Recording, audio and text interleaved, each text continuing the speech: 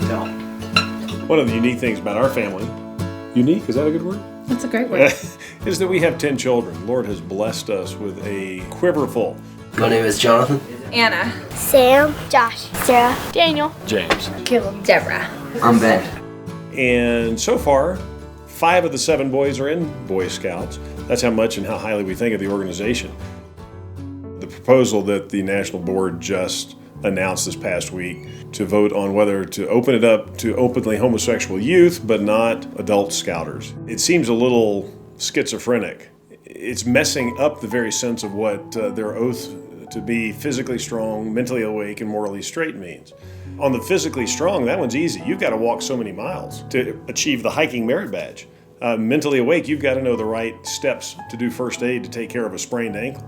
All those are common, normal standards. And suddenly we want to say morally straight. Well, maybe there's not a standard after all. Maybe you can just come up with whatever's right for you. As a member of the military, I take very seriously my oath to defend the Constitution of the United States. Well, I think Boy Scouts should take very seriously the oath to be physically strong, mentally awake, and morally straight.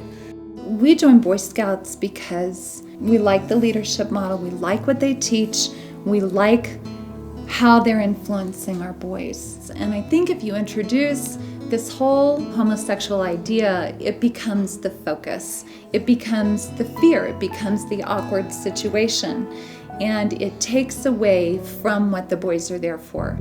Any boy is already welcome at Scouts. But when you've suddenly identified your sexuality as a key component of your identity, what you've said is, this is the most important thing of who I am. This is who I want you to know me as. Why in the world would we emphasize that? Boy Scouts is a private organization. Supreme Court said we could do what we wanted to do, so I'm hard-pressed to understand why the National Board feels it's important to make this kind of change. When we begin to say, oh, well, you know, it would only be fair. It's not fair because we have one openly homosexual. Well, where do we tent him? Who has to sleep in his tent? And how do we handle his needs? Suddenly it's becoming unfair to all the other boys to have to change. As a parent, I'm not going to deal with that.